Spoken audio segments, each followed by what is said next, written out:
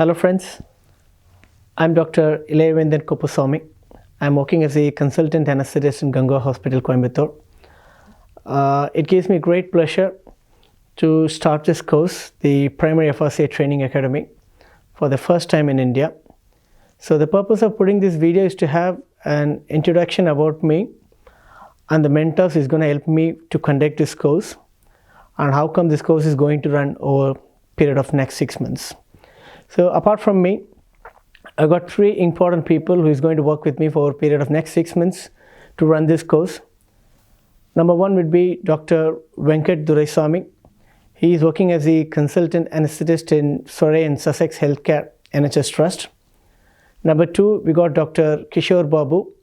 He is also a consultant anesthetist working at East Sussex Healthcare NHS Trust, the same trust which I worked when I was in UK. And number 3 is one of my very close best friends, where we both prepared for this examination together way back in 2014. And he has finished his FRCA, and his name is Dr. Narendran. And currently he is working as an anesthetic trainee at Middlemore Hospital, Auckland, New Zealand. So including me, these 3 mentors will work together and run this course over the period of next 6 months. So there are so many unanswered questions among yourself about different routes of going to UK. So to just clear all those doubts, I've made a detailed video which can be seen in my website. It tells you about what are the various routes available, what are the different advantages, disadvantages in each route, how come the exams are conducted, how's the fees, how much is the fees, how much to be taken care of, what are the things to study. All those things will be detailedly described in that video.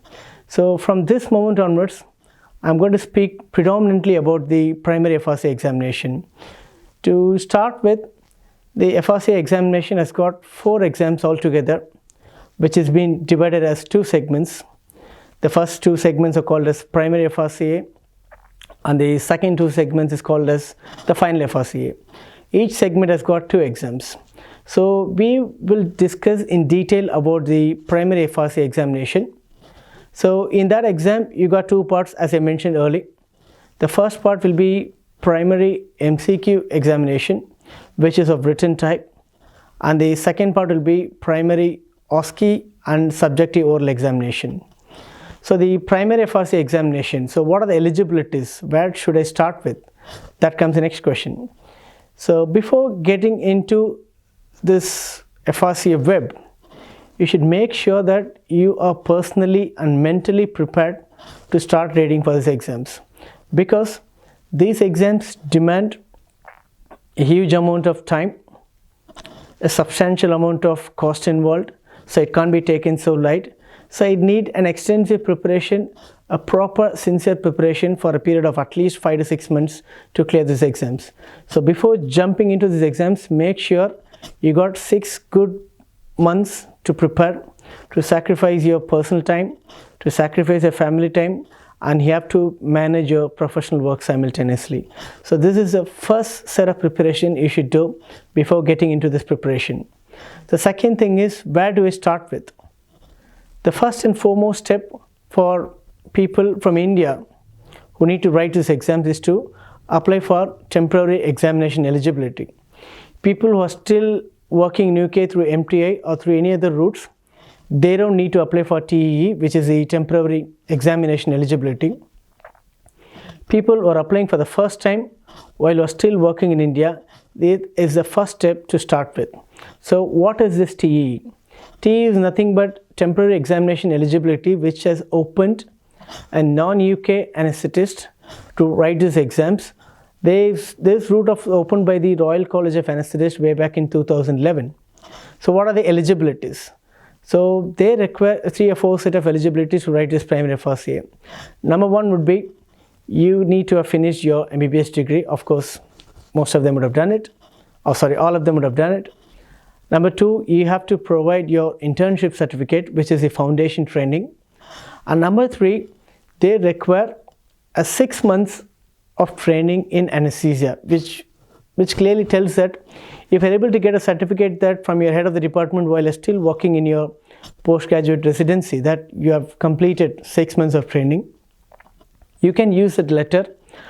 In addition, this internship certificate and your MBBS degree, these three makes eligibility to apply for the temporary examination eligibility.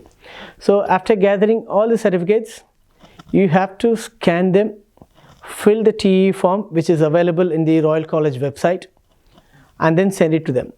So once they receive all the certificates, they will review all these things and they will be back to you maximum within a period of 3 weeks.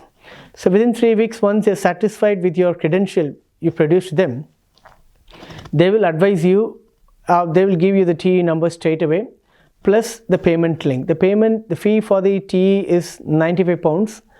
It has got a validity of 1 year. Say for example, if you apply and get a TE in the month of February, this is February, so until next February, you can write all the primary FRC MCQ examination. So primary FRC MCQ examination runs thrice in a year.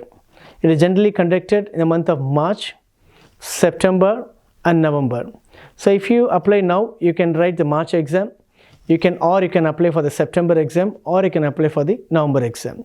So this is how the TE runs. It has got a validity of 1 year. So once the TE is done, so what is the next step? So before applying for the exam, as I said, you need a solid stuff of preparation for 6 months. So this first 6 months of preparation is very vital. Why is it so? First thing is, the syllabus for the primary FRC MCQ examination and the syllabus for the primary OSCE or the Viva, the subjective oral examination, the syllabus is going to be completely the same. Okay, what you read for 6 months, that is going to be exactly the same for the second set of examination. But what is different? Only the style of examination is different, which most of them wouldn't have been exposed to during their postgraduate training. So that is a tricky part of the second segment. So to pass the second segment, it all just needs practice in a different way. But to do that properly, you need a solid stuff of theoretical knowledge, which the first 6 months is going to help you. And not only this, apart from clearing this primary MCQ examination and the primary OSCE, the final FRCA, which you're going to write after a period of 1 year experience in UK, 50% of the final FRCA examination, again they give a lot of importance to the primary. So the first 6 months is very, very vital, very imperative to concentrate, to dedicate so much time to read all the concepts, because the exams, the questions are framed in such a way that they don't expect you directly from what is there in the textbook. They want you to apply your knowledge. They want you to test whether you have understood the concepts. That is how the examination runs on. Even the MCQ examinations, it might look a bit theoretical, but it has got definitely a bit of concept in answering the questions. So that is why it is so important that the first 6 months of preparation for FRCA is very, very vital. I know most of them post-MD would have been working. They might think that how is it possible to read and work. So when I was preparing for this exam, I was working for 9 to 10 hours. So I read for 6 hours in a day for 6 months. This is how I did. Some people can read much faster than me. Some a bit slower. So you schedule your work and your study time in such a way that you read at least 6 hours in a day for 6 months. So this is rule of 6 for me. You can apply rule of 2. Some people can apply rule of 10. That depends upon you.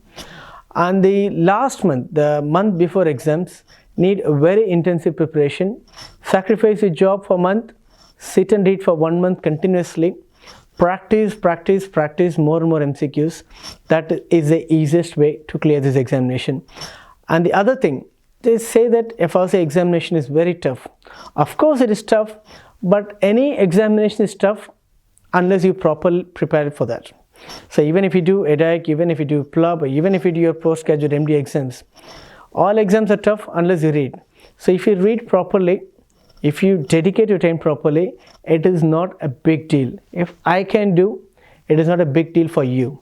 You can definitely make through it so easily by a structured preparation. So how the course is going to run? That comes the next question. So the major difference between my website or our website compared to other websites in terms of MCQ preparation is, I prepare my students in such a way that you complete the syllabus properly. So I have divided the syllabus into 6 different segments.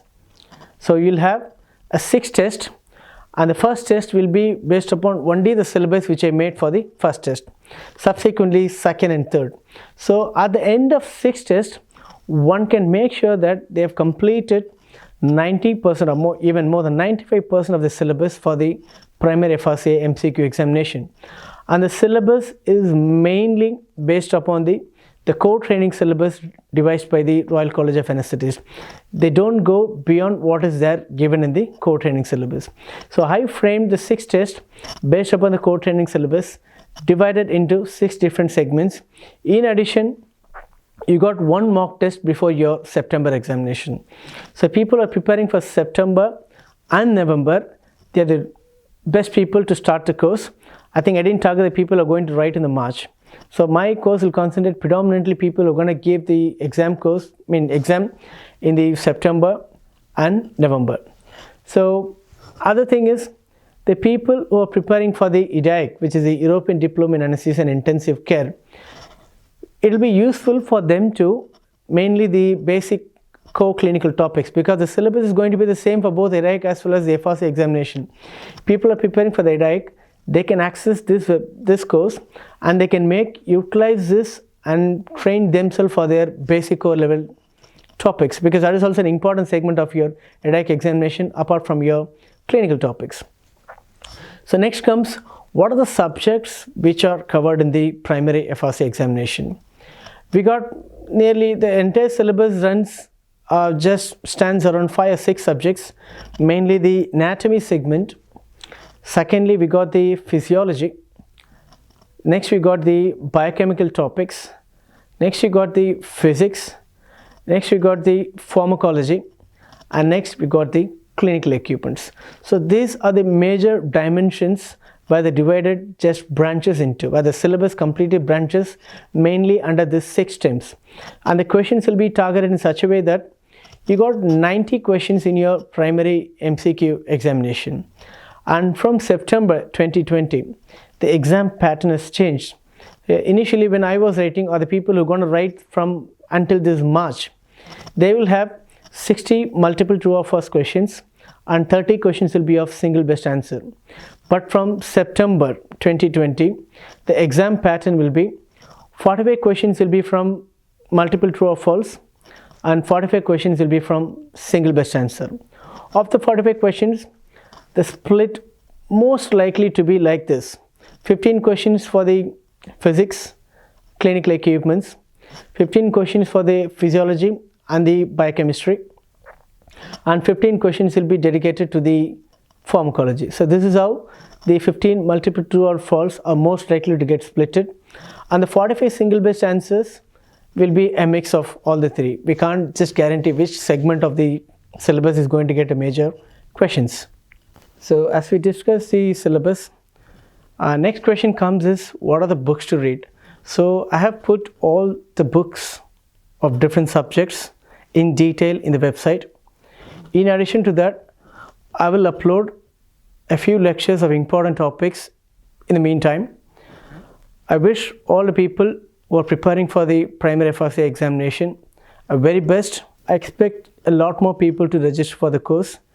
I hope we have a smooth sailing in the next half of the year, and I wish everyone you clear your exams in your first attempt. Thank you so much.